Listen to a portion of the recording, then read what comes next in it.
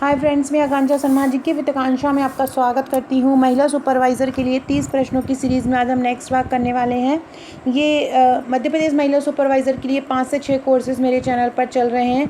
उसमें ये 30 प्रश्नों की सीरीज़ भी बहुत शानदार है। एक प्रैक्टिस सेट चल रहा है, एक 3000 प्रश्नों के MCQ सीरीज़ चल रही है, एक वन लाइनर चल रहा है और M सीरीज़ थ्योरी की चल रही है। नहीं देखे हैं तो ज़रूर देख लीजिएगा। महिला सुपरवाइज़र के लिए एक प्लेलिस्ट भी बना दी है, लिंक डिस्क्रिप्शन बॉक्स में डाल दिए, तो वहाँ से आपको पूरे वीडियोज़ मिल जाएंगे। चलिए स्टार्ट करते हैं। एक क्वेश्चन के बहुत सारे फैक्ट बताती जाऊंगी, लिखते जाइएगा। आज का पहला क्वेश्चन है, मध्य प्रदेश में इंदिरा गृह ज्योति योजना कब शुरू की गई थी? देखो, सबसे पहले आपको ये याद रखना है कि ये इंदिरा गृह ज्योति योजना, जैसे कि ज्योति से ही समझ में आ रहा है, तो ये बिजली के लिए है। बिजली मुहैया कराने के लिए, बिजली उपलब्ध कराने के लिए, लाइट दिलवाने के लिए मध्य प्रदेश सरकार द्वारा इसको आरंभ किया था। 2019 में इसको लॉन्च किया गया था और सितंबर आते आते ये पूरे प्रदेश में लागू हो गई थी। सितंबर तक या सितंबर के बाद आने वाले जितने भी बिल होते हैं उसको तहत ये योजना आरंभ की गई थी। अब सेकंड क्वेश्चन इसका क्या बनेगा कि इंदिरा गृह ज्योति योजना में क्या प्रावधान है? तो सबसे पहले ये गरीब नागरिकों के लिए है। किसके लिए है? गरीब नागरिकों के लिए है। इसमें क्या है कि गरीब नागरिकों को अगर बिजली का भारी बिल आ जाता है तो उससे राहत दिलाने के लिए ये योजना आरंभ की गई थी। इसमें क्या होगा कि 150 वाट से कम जो लोग बिजली खर्च करते हैं, 150 वाट से अगर कोई कम बिजली खर्च करता है तो उसे केवल जितना बिल खर्च कर रहा है, जितना वाट खर्च कर रहा है, उतना ही बिल देना पड़ेगा। कब? अगर वो 150 वाट से कम खर्च कर रहा है। जैसे कि यदि कोई व्यक्ति 100 वाट का तक बिजली जलाता है तो उसे केवल 100 रुपये ही जमा करना होगा। अगर वो 100 वाट बिजली जलाता है तो उसको 100 रुपये ही जमा करना होगा। तो इस प्रकार से इंदिरा गृह ज्योति योजना क्यों है? बिजली का जो भारी बिल आता है उससे राहत दिलाने के लिए इस योजना को आरंभ किया गया है। 1 सितंबर 2019 एवं उसके बाद आने वाले जितने भी बिल होंगे वो इसके तहत लागू रहते हैं। तो ये आपको याद रखना, 100 यूनिट से ज़्यादा खर्च किए तो 200 रुपये का बिल जारी होगा और 100 यूनिट तक केवल 100 रुपये का ही बिल जारी होगा। ये इंदिरा गृह ज्योति योजना में प्रावधान है। कब आरंभ हुई थी? अप्रैल 2019 में आरंभ हुई थी। कब से ये लागू हैं? सितंबर, और सितंबर के बाद के जितने भी बिल रहेंगे वो इस योजना के द्वारा पात्र रहेंगे। अगला क्वेश्चन है, मध्य प्रदेश ग्रामीण आजीविका परियोजना किसको प्रोत्साहित करता है? मध्य प्रदेश ग्रामीण आजीविका परियोजना को बोला जाता है MPRLP। मतलब ये जो स्वरोजगार होते हैं, खुद के लिए रोजगार बनाना या सूक्ष्म उद्योगों को प्रोत्साहित करता है। मध्य प्रदेश ग्रामीण आजीविका परियोजना क्या प्रोत्साहित करती है? तो मध्य प्रदेश ग्रामीण आजीविका जो परियोजना है वो स्वरोजगार को प्रोत्साहित करती है और सूक्ष्म उद्योग को प्रोत्साहित करती है। और ये जो आपसे ये पूछें कि जो मध्य प्रदेश ग्रामीण आजीविका परियोजना है वो किसके तहत काम करता है?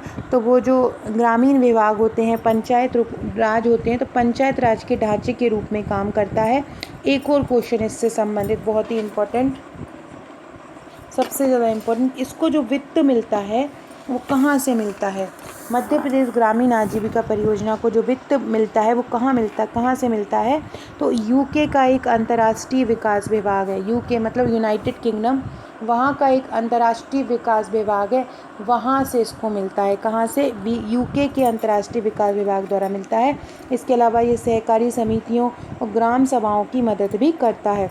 तो याद रखना है, मध्य प्रदेश ग्रामीण आजीविका मिशन किसके लिए काम करता है, किसको प्रोत्साहित करता है? तो ये स्वरोजगार एवं सूक्ष्म उद्योग को प्रोत्साहित करता है। किसको करता है? स्वरोजगार एवं सूक्ष्म उद्योग को प्रोत्साहित करता है। इसके अलावा ये पूछ सकते हैं कि ये आरंभ कब हुआ था? ये आरंभ कब हुआ था? मध्य प्रदेश ग्रामीण जो आजीविका परियोजना है ये आरंभ कब हुई थी? तो ये आरंभ हुई थी 2006 में। मध्य प्रदेश ग्रामीण आजीविका परियोजना कब आरंभ हुई थी?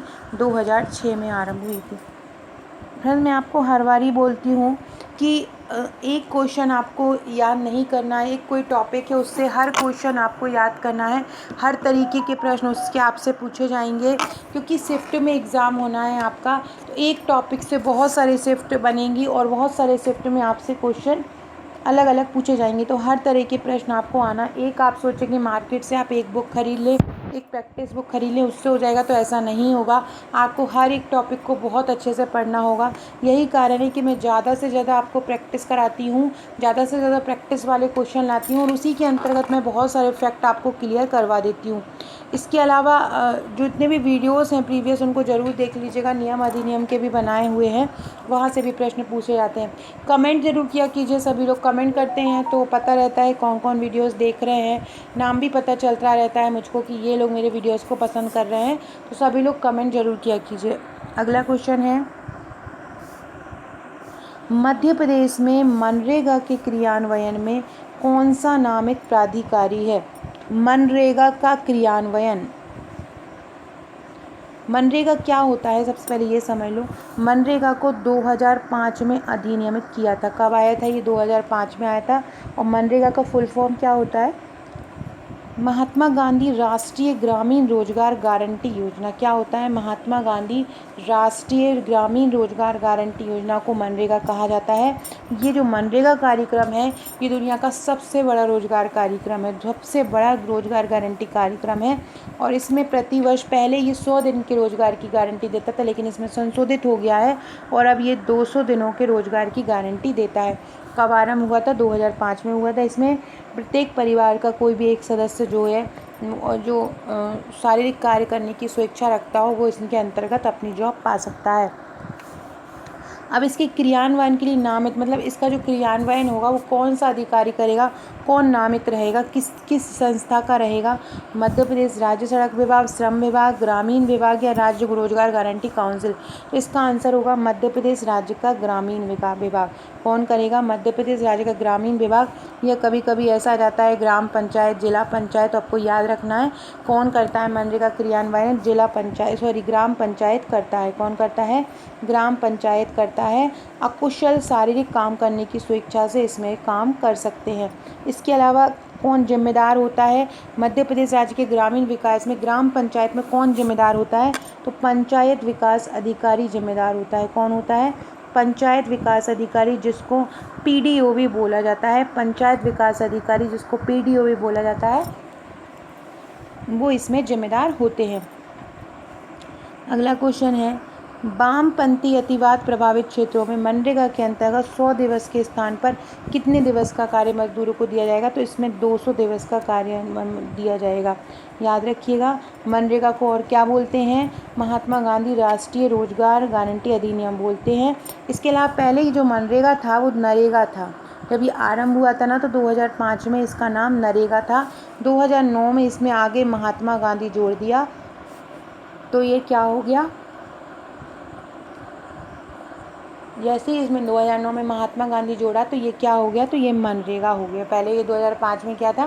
पहले ये केवल नरेगा था और अब क्या हो गया? ये मनरेगा होगा। कब हो गया? 2009 में। तो ये सभी फैक्ट आपको याद रखना है।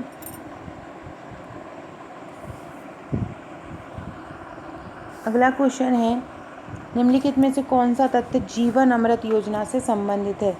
जीवन अमृत योजना 28 अप्रैल 2020 से प्रारंभ हुई। इसका उद्देश्य शरीर की क्षमता को बढ़ाना है। सहायक कंपनी विंध्य हर्बल है। उपरोक्त सभी, तो इसके आंसर उपरोक्त सभी हो जाएगा जीवन अमृत योजना में। तो ये मैं बता देती हूँ। सबसे पहले जीवन अमृत योजना का जो आरंभ हुआ था, जीवन अमृत योजना आरंभ कब हुई थी? देखो, जीवन अमृत जो योजना है ये मुख्यमंत्री शिवराज सिंह चौहान ने आरंभ की थी। 28 अप्रैल 2020 को ये आरंभ हुई थी और नागरिकों की प्रतिरक्षा प्रणाली को बढ़ावा देने के लिए, किसके लिए बढ़ावा देने के लिए? नागरिकों की प्रतिरक्षा प्रणाली को बढ़ावा देने के लिए आरंभ हुई थी। क्यों आरंभ हुई थी? नागरिकों की प्रतिरक्षा प्रणाली को बढ़ावा देने के लिए ये आरंभ हुई थी। तो ये भी आपको याद रखना है, क्यों आरंभ हुई थी? नागरिकों की प्रतिरक्षा प्रणाली को बढ़ावा देने के लिए ये आरंभ हुई थी। इसका उद्देश्य शरीर की क्षमता को बढ़ाना, ये भी हो जाएगा। और इसकी सहायक कंपनी विंध्य हर्बल है, ये भी इसका आंसर हो जाएगा।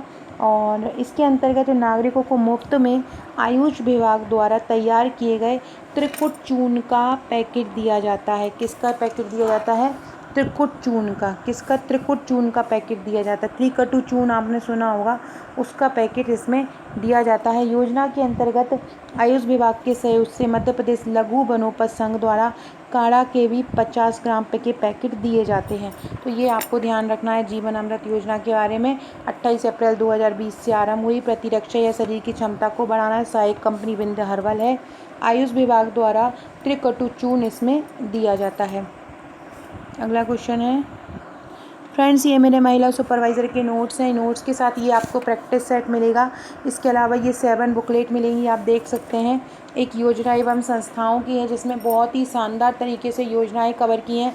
करंट अफेयर्स की योजनाएं, पूरी स्वास्थ्य संस्थाएं हैं, स्वास्थ्य अभिकरण है, स्वास्थ्य नीतियां हैं, स्वास्थ्य योजनाएं हैं, NFHS की रिपोर्ट है, बजट से संबंधित स्वास्थ्य के आंकड़े हैं, स्वास्थ्य नीति से संबंधित आंकड़े हैं। जितना भी करंट अफेयर्स में महिलाओं और बच्चों से संबंधित डाटा है वो कवर किया है। पोषण एवं स्वास्थ्य में पोषण संबंधित सभी फैक्ट हैं। ICMR 2020 ये दोनों रिपोर्ट, ICMR की जो रिपोर्ट आई है वो इसमें कवर की है। इसके बाद जितने भी पोषण से संबंधित है, जितने भी पोषक तत्वों की कितनी मात्रा अलग अलग लोगों में, एडल्ट में, बच्चों में, गर्भवती में, धात्री महिला में, पुरुष में कितनी कितनी ज़रूरत होती है, सब कवर किया है बहुत ही अच्छे से बोल्ड लेटर में। हैंड रिटन ये बुकलेट है, बुक से पढ़ने में जिनको वर्डन लगता है वो हमारे नोट्स हैंड रिटन से पढ़ सकते हैं। शिशु की प्रारंभिक देखभाल एवं शिक्षा है, सामान्य गणित, तर्क शक्ति है, कंप्यूटर है, संपूर्ण सिलेबस। देखो मैंने आपको बार बार बोलती हूँ कि मैंने प्रैक्टिस पर ज़्यादा जोर दिया है, क्योंकि प्रैक्टिस सेट आपको सबसे ज़्यादा परफेक्ट बनाती है। क्योंकि बहुत सारी शिफ्ट में एग्ज़ाम होना है तो केवल थ्योरी पढ़ के आप नहीं रख सकते। जब तक आप उसके ज़्यादा से ज़्यादा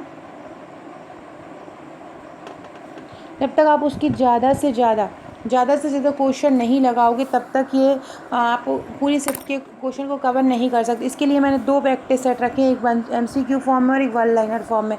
दोनों में संपूर्ण सिलेबस कवर है। इसके अलावा अगली जो बुकलेट है वो नियम अधिनियम की है। इसमें प्रबंधकीय गुण को कवर किया है, शारीरिक रचना को कवर किया है, विकास पंचवर्षीय योजनाओं से संबंधित बहुत सारे फैक्ट मैंने थ्योरी में भी डाले हैं, और इसके अलावा MCQ में भी बहुत सारे क्वेश्चन डाले हैं जिसके बाहर एक भी क्वेश्चन नहीं जाएगा। हमारी ये 7 बुकलेट के साथ सबसे मेन चीज़ आपको मिलती है, जैसे कि ऑफलाइन आपके पास नोट्स आ जाएंगे, आपके घर आपके पास नोट्स आ जाएंगे, और ऑनलाइन के लिए आपको हमने एक ग्रुप प्रोवाइड किया जाता है। जैसे ही आप हमें पेमेंट करते हैं हम आपको एक ग्रुप से जोड़ लेते हैं, उस ग्रुप में भी आपकी तैयारी कराई जाती है, उस ग्रुप में भी डेली क्वेश्चन दिए जाते हैं।